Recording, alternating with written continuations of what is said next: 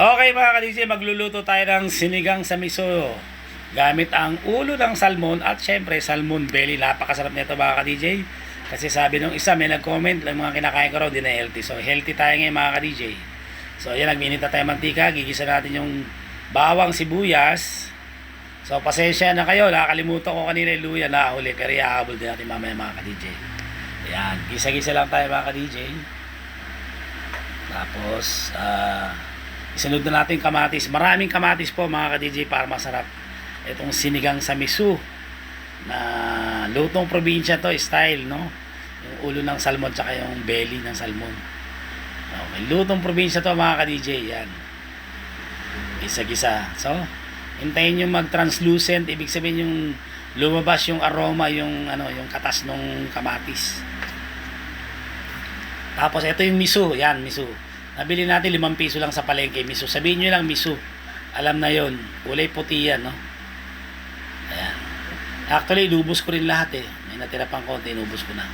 So, importante, mag-isip yung maigi yung miso. Ayan. Tsaka kailangan talaga may luya para pang-alis din ang lansa ng isda, ng salmon. Okay, yan, no? Nakakita naman natin. Napakadali po mga ka-DJ. Susundan nyo lang aking instruction, yung procedure natin. So, ayun. Inabol na natin luya mga ka-DJ. Hiniwa lang natin ng mga maliliit na ganyan. Gisa-gisa rin yan. Bukod sa magpapalis ng langsa yan, tsaka yung siyempre magpapasarap. Napakasarap nito mga ka-DJ. Sigurado, nako, hindi kayo magsisisi pag ginawa nyo itong sinigang ni DJ Master. Lagyan na natin ng tubig. Ayan, nakadalawang tayo. Tapos lagyan natin ng konting patis para may lasa na siya mga ka-DJ. So alalay lang tayo sa patis. Pwede namang dagdagan mamaya. Maglalagay pa tayo ng rock salt eh. Ayan, takpan natin. Okay, kumukulo na mga ka-DJ. Pag ganyan kumukulo, pwede na natin ilagay yung ating isda. Ayan. Ito yung ulo ng salmon. At saka yung belly, yung tiyan niya. Nabili natin 210. Nagpatawad na, 200 na lang yan lahat. So halagang 200. Pag ito sa restaurant nyo in-order to, napakal. Magkano anak sa restaurant to? Mga 600? 500, 600. Oh, mga 500 daw. 500 to 600, napakamahal nito sa restaurant. Tapos hindi ka pa masyadong masisiya kasi minsan hindi na fresh. So lagyan natin ng konting asin pa, rock salt. Ayan. So yan, sundan nyo lang po. Napakadali nito at makakatikim na kayo ng sinigang sa miso na salmon, ulo ng salmon at salmon belly. Yung tiyan po yun. Napakaganda rito sa heart. Good source of omega-3 mga ka-DJ. Yan. Ayun ang mayroon dito pag yung nag-evaporate, tinatatakpan, lumalabo yung camera natin. Tapos isunod na natin yung radish, yung labanos muna kasi syempre mas matagal siyang lumambot. May isusunod natin yung ating mustasa. So takpan natin sandali. Okay, yan. Pwede na natin isunod yung ating mustasa. Sa English na mustasa, mustard, right?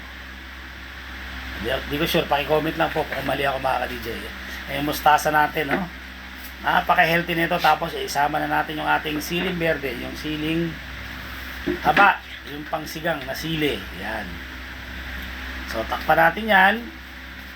So, pag okay na yung gulay, yan, okay na siya. Pwede na natin ilagay yung sinigang mix. Yan. Yung nor sinigang mix sa miso yung pinili natin yan. Nilusaw ko lang yan sa kumuha tayo ng konting sabaw dyan kanina. Yan. So ayun po mga ka-DJ. Yan. So nasa sa inyo kung gusto nyo mas maasin. Pero actually yung natira inubos ko rin kasi marami rin itong niluto nating sinigang sa miso. Yan. So for plating na tayo. Ito na siya ang ating finished product. Nako, nakita nyo na may tsura pa lang oh. Napaka-fresh nung salmon belly. Tapos meron siyang yung ulo, gustong-gusto ko dyan. May bata, yung sinisip-sip. Tapos para yung mga taba-taba. Nako. Ayan, may labanos, mustasa. Grabe to mga ka-DJ. Napaka-solid dito mga ka-DJ. Excited na tayo. No? Natikban na natin to mga ka-DJ. May pakwan pa tayo. Meron tayong saging.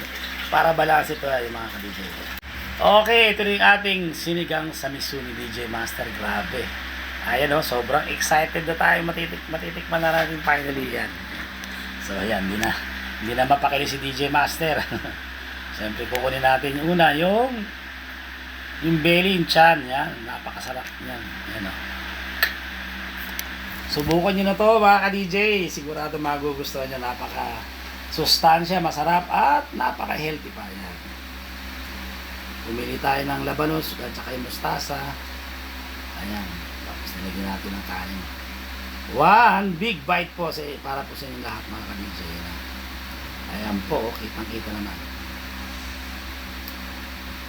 Ayan na po, one big bite. Wow! Binibitin tayo ni DJ Master. Grabe! Napakasarap. Napapailing po si DJ Master. Oh, yung sinundan pa ng kanin. Wow! Excelente! Excelente mga ka-DJ. Double thumbs up ulit. Double thumbs up isa pa mga ka-DJ. Yan. Kuha tayo ng ulo. Yung ulo naman.